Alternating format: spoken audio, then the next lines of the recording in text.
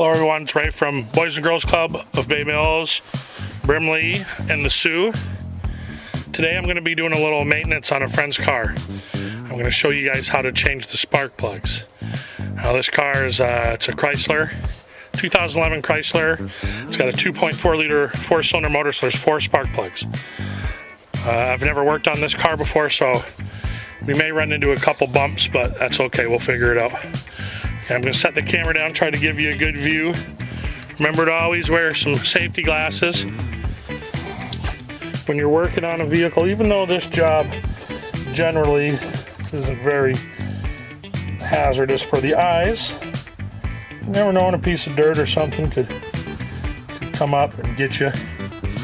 Alright, so like most cars, this has a plastic cover over the motor. And this really doesn't serve any function other than it looks good. So I don't see any screws around it. Generally these will just, they just kind of pop off.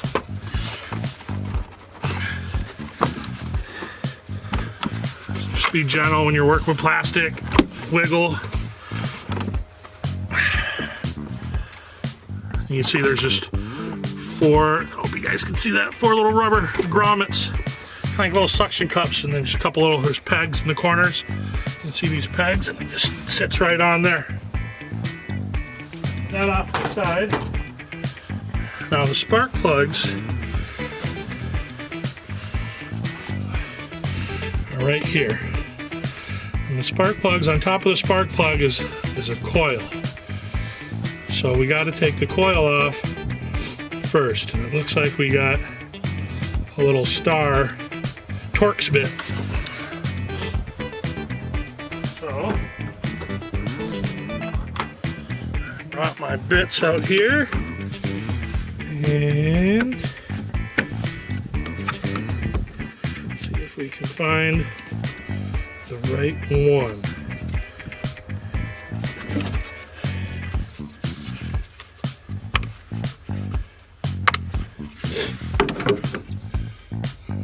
Try this guy and Viola. So I don't know if it says, this is a T30, so it's a T30 Torx bit.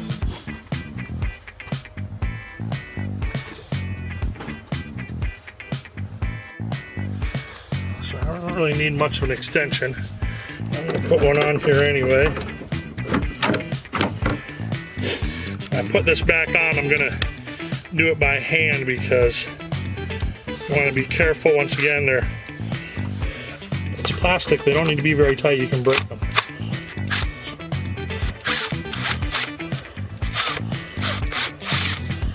I'm going to go ahead, remove all of our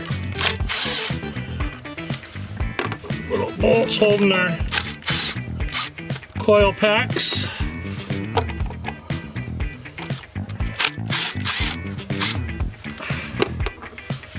And then we're going to have to take these clips off. It looks like all we have to do is push down on them, and wiggle them off. So pull all those off. It might not have hurt to have done those first when the coil pack was bolted down because it'll be more solid, but these came off nice and easy. Now they might have a little suction onto the spark plug. That's your coil pack. That's what. And these can go bad if your car gets a miss. It'll usually send a check engine light. It's really common on a lot of vehicles for these to go bad, and they're pretty easy to change on most vehicles. Sometimes they can be hard to get at, but this one, they're all nice and easy. Now for the spark plugs, we're going to want extension, and we want a spark plug socket. Spark plug socket, you probably won't be able to see it. The spark plug socket has a little rubber grommet down in there, and it holds the spark plug.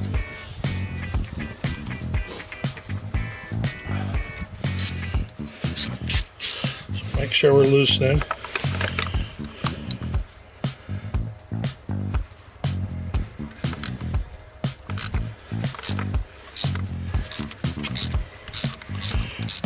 Now I'm just going to show you one because the process is all the same.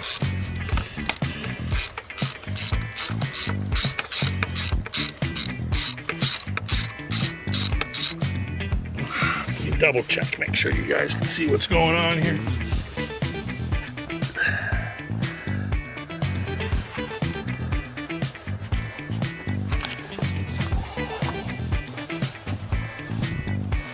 So all these spark plugs, they're down on a hole.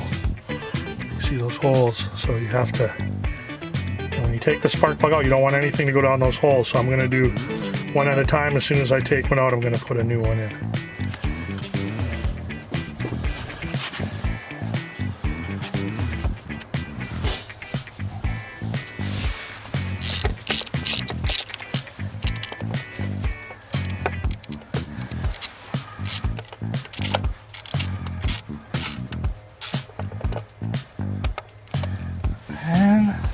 Go.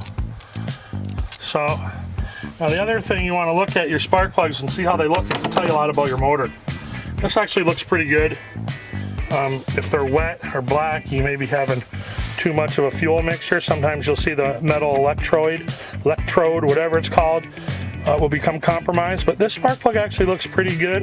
In fact, I'm pretty sure these have been changed once, because it's an NGK. I don't know what came with it from the factory, but probably not an NGK. We're also putting an NGK brand back in. So that's that. And then see this electrode and this other metal piece, there's a certain gap that has to be. And you can you get a little, it'll tell you, you can look it up. It'll be in your manual. And also probably you can just ask the internet. It'll tell you what to gap my spark plugs for my 2011 Chrysler 2.4. A lot of spark plugs these days are pre-gapped. They're already set. It's not as much of a difference as it used to be in cars. So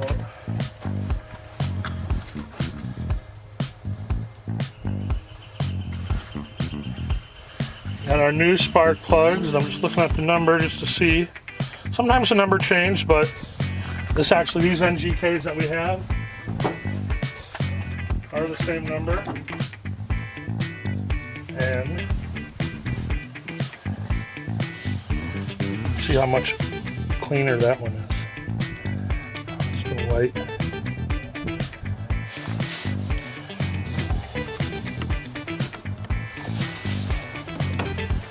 I'm going to take my extension off my ratchet and start this by hand.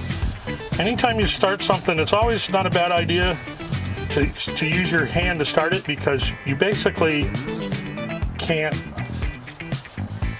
I shouldn't say can't, but it's much less likely that you'll cross thread something if you use your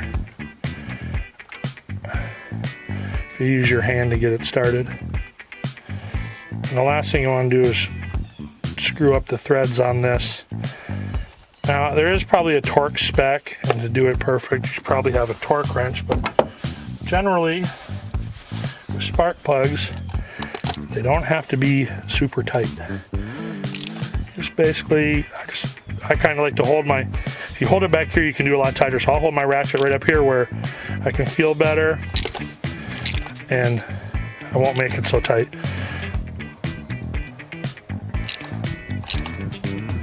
That's probably good. Not too tight. I could make it go farther, but it's stopped with just minimal amount of effort.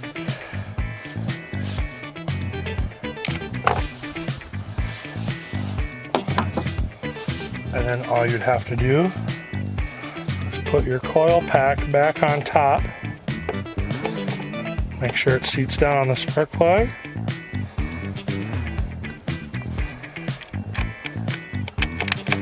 Once again, I'm going to use my hand to get that started.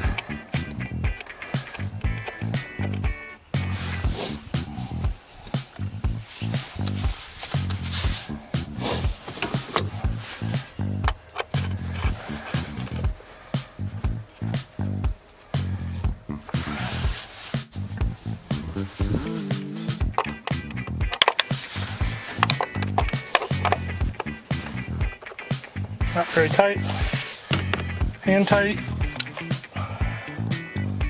and just maybe a quarter turn with the screwdriver handle. Plugs back in, you hear it click. And then you'll just repeat the process. Like I said, do them each one at a time. That way you don't risk having something fall down into the cylinder, because you definitely don't want that to happen.